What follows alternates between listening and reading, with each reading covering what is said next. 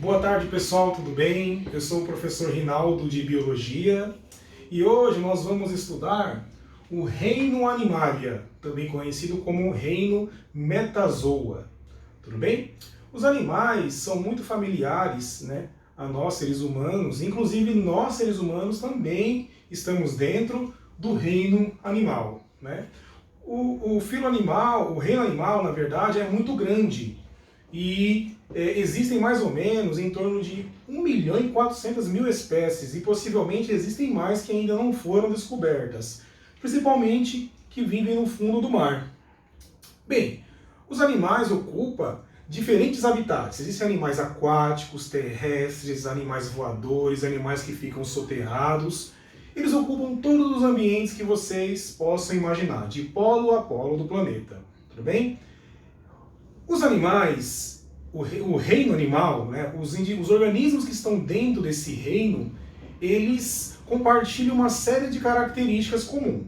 Ou seja, para ser considerado um animal, esse organismo deve ter algumas características, né, que fazem com que esse organismo seja classificado como um animal. E vamos começar a nossa aula olhando, estudando essas características, ok? As características gerais do reino animal, tudo bem? Bom, todos os animais são seres eucariontes, isso quer dizer que eles possuem células com um núcleo organizado, ou seja, revestido por uma membrana nuclear, conhecida como carioteca, e também organelas membranosas presentes no citoplasma, tudo bem? Todos os animais são heterótrofos ou heterotróficos, isso quer dizer que eles não produzem seu próprio alimento, eles têm que se alimentar, né, de outro ser vivo para adquirir energia. Diferentemente das plantas, das algas e algumas bactérias que são seres autótrofos, ou seja, produzem seu próprio alimento. Bom, os animais são heterótrofos, porém por ingestão, isso quer dizer que eles ingerem o alimento, ok? Para diferenciar dos fungos, porque os fungos eles fazem parte do outro reino fungi, e eles também são heterótrofos ou heterotróficos, mas eles são heterótrofos por absorção. Eles liberam as enzimas no ambiente e absorvem o alimento, para diferenciar dos animais que são heterótrofos ou heterotróficos por ingestão, ok? Todos os animais são pluricelulares, também podemos falar multicelulares, ou seja, não existe animal formado por uma célula só. Os animais possuem muitas células no seu corpo, ok? E essas células, né, formam, na maioria dos animais, tecidos diferenciados, ok? Então os animais apresentam tecidos diferenciados, porém nem todos, a maioria possui esses tecidos diferenciados. Uma exceção são as esponjas, aqueles animais, né, aquáticos, que não possuem tecidos diferenciados e nem órgãos, ok? Os animais sim, os outros animais possuem. Bom, nós podemos também classificar os animais de acordo com a sua organização corporal. Os animais, como característica geral, apresentam 3 tipos de simetria. Simetria é a forma do corpo, tá? Tem animais que têm simetria bilateral, simetria radial, e tem animais que são assimétricos. Vamos lá, estudar o que é isso. Simetria bilateral. Bi, 2. Quer dizer que, por exemplo, nós temos simetria bilateral, né? Nós somos animais também. Simetria bilateral é quando o quê? Passa uma linha, né, mediana assim no meio do seu corpo e você divide o corpo em 2 partes iguais. Ou seja, essa parte é igual a essa, tá? Então, muitos animais têm esse tipo de organização corporal, simetria bilateral, né? Os seres humanos, por exemplo, têm essa simetria bilateral. E também outros animais, por exemplo, existem vermes, né, de vida livre, chamado de planária, que eu desenhei aqui, ó. A planária, que é a cabeça da planária, que é o resto do corpo da planária, se você passar aqui uma linha, você também vai perceber que também tem simetria bilateral. Essa parte é igual a essa, ok? Tem outros animais que possuem simetria radial. Isso quer dizer o quê? Que do centro do seu corpo parte, né, outras radiações. Essas partes do corpo irradiam para todas as partes, né, todas as direções, vamos dizer assim. Então, simetria radial acontece, por exemplo, nas estrelas do mar, né? Aqui está o centro da estrela do mar, e você percebe que as projeções, né, as partes do corpo se projetam para diferentes regiões do corpo, né, a partir de um centro. Isso se chama simetria radial, né? Aqui são os segmentos desses animais, as estrelas do mar. E também tem simetria radial, as águas vivas, né? Também tem esse tipo de simetria radial, tá bom? E tem animais que não tem forma nenhuma, né? Não tem uma forma definida. Nós chamamos de animais assimétricos. Não tem uma forma definida. Por exemplo, as esponjas não têm uma forma definida no corpo, tá bom? Bom, partindo para a classificação, né? Didaticamente, nós costumamos dividir os animais em invertebrados e vertebrados. Esses nomes são muito familiares a vocês, né? Mas essa classificação não é usada oficialmente pelos cientistas, né? Os zoólogos, né? Os zoólogos são os cientistas que estudam os animais, né? E a ciência que estuda os animais é a zoologia. Mas essa classificação em vertebrado e invertebrado, ela é artificial, não tem valor taxonômico, né? Os cientistas classificam de outras formas, tá? Bom, dentro do reino animal, existem vários grupos de animais. Você deve imaginar, bom, uma mosca é um animal, uma baleia também é um animal. Vocês percebem que eles têm muita diferença, né? E não só diferenças morfológicas, diferenças embrionárias, diferenças fisiológicas, diferenças genéticas. E isso é a base para dividir esses animais em diferentes grupos que nós chamamos de filos, os filos animais. Na natureza, existem mais de 30 filos, né? Talvez até mais, que não foi descoberto ainda. Mas no ensino médio, nós costumamos, né, os estudantes costumam estudar 9 deles, os 9 principais, que nós vamos ver rapidamente as características gerais de cada um deles, tá? Então vamos lá, os filos animais. Os poríferos são os animais mais simples, né? Nesse filo, o exemplo principal são as esponjas, tá? E nos poríferos, a característica dos animais desse filo é que eles são animais filtradores. Tá aí que vem o nome, não é? E porífero também vem do nome porque o corpo desses animais é cheio de poros, né? Poros que filtram a água para eles, né, adquirir ali o alimento, né, e o oxigênio. Então, os poríferos são os animais filtradores, né? São as esponjas. Não possuem órgão nem tecidos diferenciados. São os animais muito simples. Eles habitam principalmente os mares, né? Eles são mais de água salgada, mas também tem alguns exemplares de água doce também, ok? São animais, assim, geralmente sésseis, né? Séssil quer dizer que eles ficam parados, né?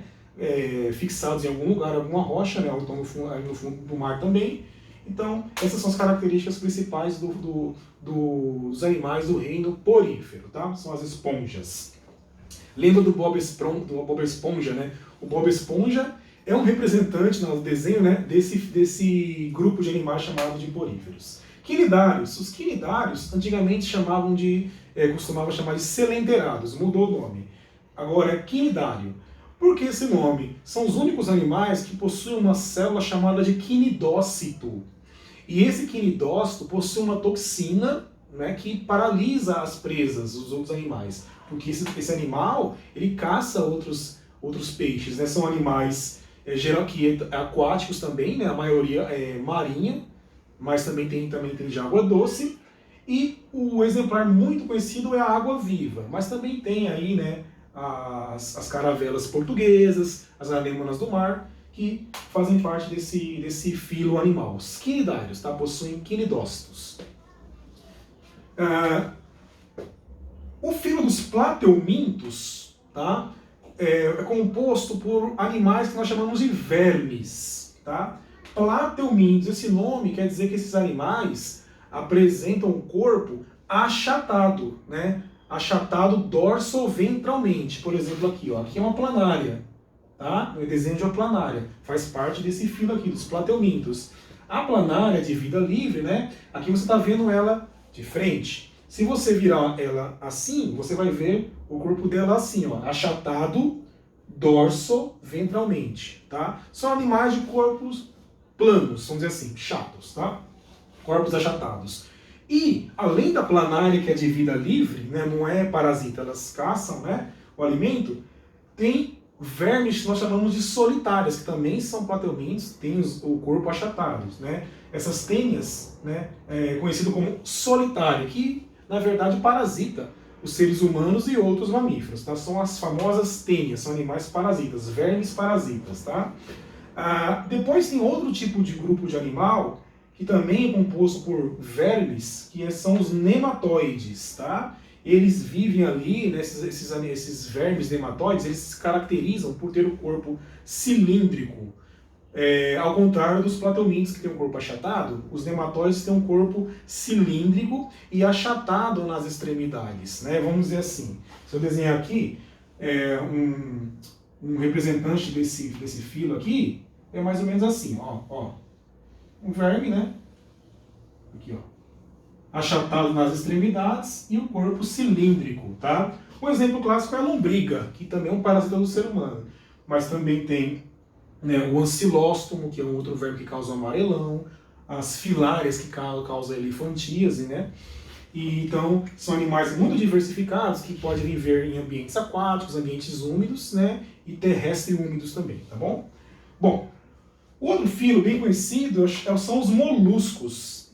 Aí, esse filo é muito grande, né? Eles ocupam diferentes habitats também. Tem animais aquáticos, animais de água doce, animais de água salgada. Tem animais também que vivem em ambientes também muito úmidos também, tá? E os moluscos, o exemplo, tem vários exemplos. Tem o polvo, tem a lula, tem as ostras, mexilhões, né?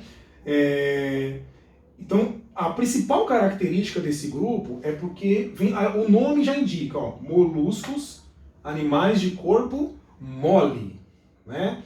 Muitos deles apresentam concha, tá? Como, por exemplo, o caracol, né? O caramujo, eles têm uma concha. Outros animais não têm concha, por exemplo, a lesma. A lesma é um molusco, também vive em ambientes úmidos, mas não tem concha. Tem animais, como por exemplo o polvo, né? Tem uma concha interna pequena. Então, são animais bem diversificados, tá bom? Animais de corpo mole, moluscos, lembram disso.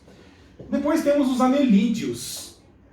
O exemplo principal são as minhocas, né? Mas também tem as sanguessugas, que vivem em ambientes úmidos, as minhocas vivem em ambientes, né, terrestres, úmidos também, né?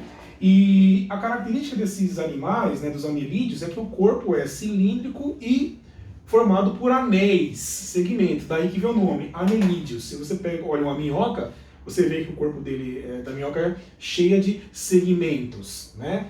E esse segmento é conhecido como anéis, né? E daí dá o nome desses animais de anelídeos, tá? Os artrópodes são dos 9 filos, é o maior, tá? Quase 90% dos animais que existem estão nesse grupo, dos artrópodes. Qual é a característica? Esses animais apresentam uma carapaça, né, uma armadura rígida, que nós chamamos de exoesqueleto. Então essa é uma característica dos animais desse grupo. Possui um exoesqueleto formado de um polissacarídeo chamado de quitina. Tá? É um polissacarídeo. E esses animais, à medida que vão crescendo, vão trocando essa carapaça, né? Que nós chamamos de muda. Né? E o processo nós chamamos de equidise. Não sei se vocês já viram cigarras, né? A cigarra ela também é um artrópode, né? Um inseto. Ela troca de pele ali. Né? E às vezes você vê uma casquinha, uma carapaça de cigarra numa árvore, mas na verdade a cigarra ela saiu, ela deixou a roupa dela ali, vamos dizer assim, tá? Então, os animais artrópodes, eles têm esse exoesqueleto como característica principal e também apêndices articulados, tá? As patas, os apêndices desses animais são articulados, têm articulações, diferente das nossas, mas são articulações também, tá? E daí também dá o nome a esses animais, artros, né? Articulações, artrópodes, tá? E aí, nesse grupo aí de animal, nesse filo animal, eles ocupam todos os ambientes, praticamente, do planeta. E o grupo principal são os insetos, tá? Mas não só eles. Além dos insetos que são artrópodes, tem os crustáceos, né, como caranguejos, siris, né, e lagostas. Tem também as centopeias, que é um miriápode. Tem também os diplópodes, que são os piolhos de cobra. Tem também os aracnídeos, né? Aranha, escorpião, carrapato e ácaro. Todos eles têm essa característica, né? O exoesqueleto e apêndices articulados, tá? Mas eles são muito bem diversificados, tá bom? Os equinodermos. Os equinodermos são animais exclusivamente marinhos, tá? Eles vivem no mar. E o exemplo principal são as estrelas do mar. Mas também tem os ouriços do mar, as bolachas da praia, né, os pepinos do mar. Que uma característica desse grupo é eles apresentam um sistema de tubulações internas que leva ali água, alimentos, chamado de sistema hidrovascular ou sistema ambulacrário. É através desse sistema ambulacrário que vai ali, que esses animais, né, transportam água, oxigênio, né, que eles vão também ali filtrando a água, e também é a forma que eles vão se movimentando também. As estrelas do mar, né, se movimentam através do sistema ambulacrário. Então é a característica desses animais exclusivamente marinhos. Tá? São os mais aparentados com os cordados, que são o último filo que nós vamos ver hoje. Tá? O filo dos cordados. Por que esse nome? Cordado vem de uma estrutura que todos esses animais têm, chamada de notocorda. O que é isso? Na verdade, quando você ainda é embrião, né, todos os animais desse grupo, quando são ainda embrião, não tem uma coluna vertebral já formada lá na frente. O que sustenta esse embrião no começo, até determinado ponto, é uma estrutura, né, gelatinosa, né, no lugar da coluna vertebral, tá, que sustenta o embrião, que é chamada de notocorda. Daí vem o nome dos cordados. Tá? Essa notocorda, na maioria dos cordados, vai se transformar na coluna vertebral. Mas nem todos os animais cordados vão ter essa coluna vertebral. A maioria vai ter, mas alguns animais, como as assídeas, não têm essa coluna vertebral. Tá? E também os peixes-bruxas não têm essa coluna vertebral também. Mas, dentro desses grupos cordados, estão os animais que são mais familiares conosco. Por exemplo, os peixes, né? As rãs, sapos, né? Que são anfíbios, animais de vida dupla, né? Tem uma fase larvária aquática e depois uma fase, né, terrestre em ambiente úmido. Tem as cobras, que são répteis, né, juntamente com os lagartos. São aqui uma característica muito comum desses animais, é que eles têm uma pele muito espessa, né? Que daí já consegue viver em ambiente terrestre, já tem uma respiração pulmonar bem mais desenvolvida do que as rãs, né? Que tem uma respiração branquial quando é aquática e pulmonar bem rudimentar quando é terrestre, né? Já os peixes já têm uma respiração branquial, respira por brânquias. E as aves, né, são os animais que são cordados, que se caracterizam pela presença de penas, tá bom? Muitos deles voam, mas nem todos. E os mamíferos, no final eu coloquei aqui o boi como um exemplo. Mas nós, seres humanos, gatos, né, leão, tigre, todos nós somos mamíferos, que são animais que têm como principal característica a presença de glândulas mamárias, né, e pelo, tá bom? Então, na verdade, daqui do filo 1, né, dos políferos, até os equinodermos, são animais invertebrados, tá? Só nos animais cordados que nós vamos encontrar animais vertebrados. Tudo bem, pessoal? Bom, era isso que eu tinha que passar para vocês hoje, tudo bem? Eu espero que vocês tenham gostado da aula e aguardo vocês novamente na próxima aula, tudo bem? Até logo!